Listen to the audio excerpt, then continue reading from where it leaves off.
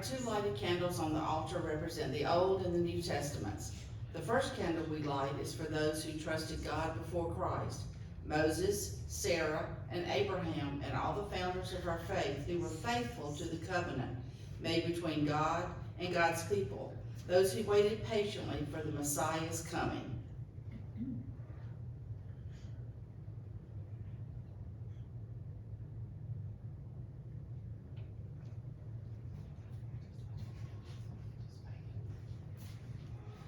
The second candle is for the 12 chosen disciples of Jesus, for Mary Magdalene, Lazarus, Mary and Martha, Zacchaeus, the children of all who listened to the stories and watched the man who healed and preached and knew he was God's chosen one. The first believers in Jesus as the way, the truth, and the life. For the martyred saints of the first century who lost their lives because of the faith in Christ and God's Messiah. For Paul, Stephen, Chloe, Timothy, Priscilla, those who died so that the good news should continue to be told, so that we might have faith.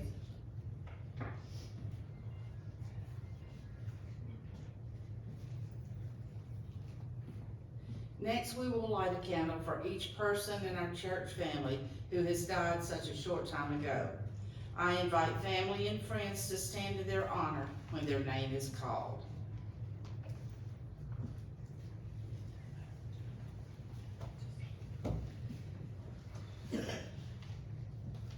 Suni Baker.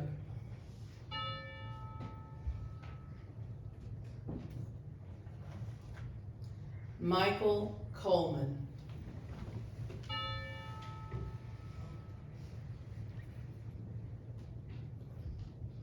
Dwayne Doc Erickson.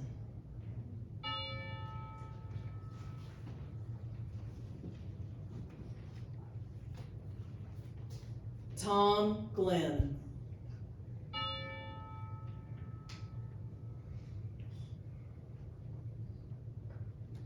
Peggy Hale.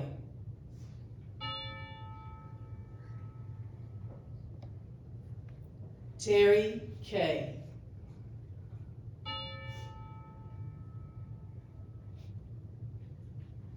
Betty Machesnik.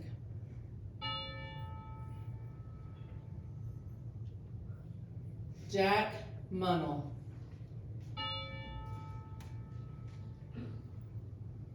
Marie Seagraves.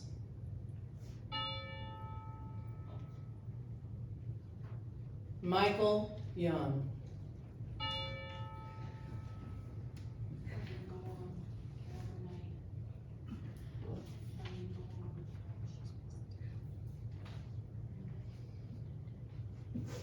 Fran Gorham.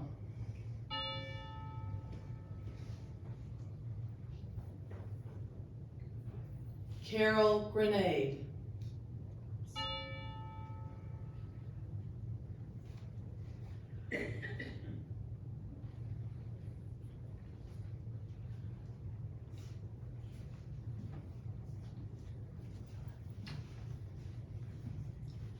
Now we light a candle for all the unknown faithful down through the centuries who taught the children, unlocked the doors, stoked the furnaces, listened to the brokenhearted, baked the bread, sang in the choir, directed the Christmas pageants, who shared their faith and love for the church with joy and dedication.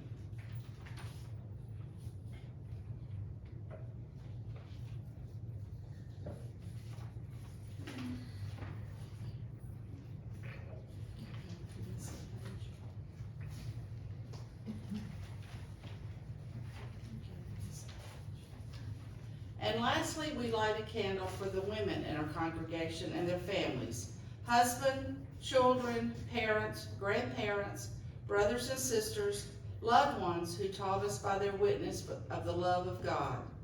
For friends, co-workers, church friends, neighbors, those not bound to us by blood or obligation, but who loved us only because they loved us. Those who shared our secrets, our laughter, our tears, our problems and successes, who taught us by their witness of the love of God. We watch the candles burn and we remember.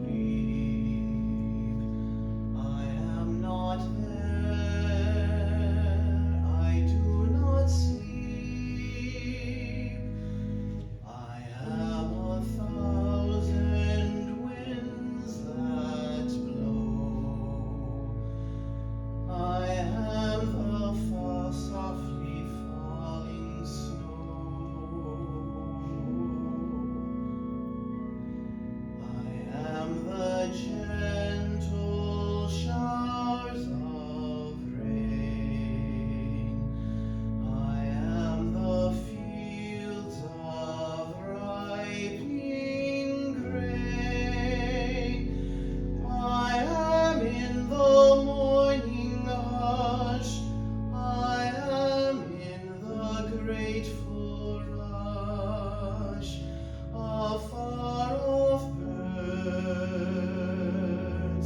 in circling flight. I am the starshine of the night. I am in every flower that blooms. I am in still and empty rooms. I am the child that yearns to sing. I am in each lovely thing.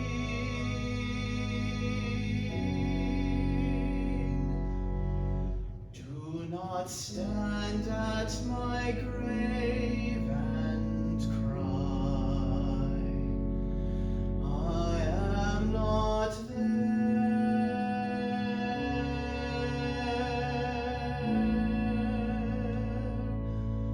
I did not die.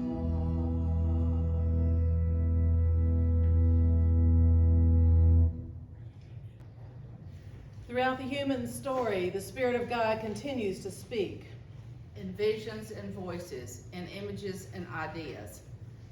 In all languages and in all times, to all people in all places. Inviting the people of God to discover a new revelation. To Abraham it came as a sign in the stars and the sand that he had been chosen by God. To Moses, it came in the sense that the earth was ablaze with God's glory. To Rahab it came as an inexplainable feeling that her enemies should be befriended. To Esther, it came as courage to speak, to act, to imagine, to risk. To Mary it was dramatic, angelic, unbelievable, an overpowering realization that neither her life nor the world would ever be the same. To the disciples, and a blind man, and a bleeding woman, And a boy in seizures and a woman caught in guilt, and a dying thief, and a Roman soldier. and to thousands of others. It was the personal touch, the eyewitness, the experience of the teacher, healer, storyteller, lover, the human being they called Jesus of Nazareth. To 3 women at the empty tomb, it was a gift in return for their faith, an ecstasy no one else remained to enjoy, a story no one else had faith at first to recount or believe. And the words and the life and the power of this Jesus have tumbled through the time and have flown through culture and time and continue to live for us today. The Spirit continues to speak In visions and voices, in images and ideas, in all languages and all times, to all people in all places. to people like Irenaeus, to Paula, to Aquinas, to Teresa, Through prophets and popes and priests and peasants. and through women and men whose names are forgotten by history, but whose faith will endure etched in the hearts of those that they taught and nurtured, resounding in the songs they have sung and passed on, incarnate in ideas and questions they shared and inspired. The Spirit has spoken through the people of many faiths, from Buddha to Gandhi, whose lives and teachings seem to echo those of Christ. To Luther and Calvin and Wesley and Mary Dyer and Susan B. Anthony and Rosa Parks, the Spirit come as reformers, fire blazing in the heart, And still the Spirit comes to us today, in new voices and new visions. and in new understandings of the voices and visions passed on to us by those long ago and by those we loved. The Spirit may burn in our hearts like a fire or a whisper, and the silence is a still small voice. It may sing to us from the stars or sneak up on us from within and embrace us in the touch of another child of God. And today we celebrate the lives of all of those who have gone before.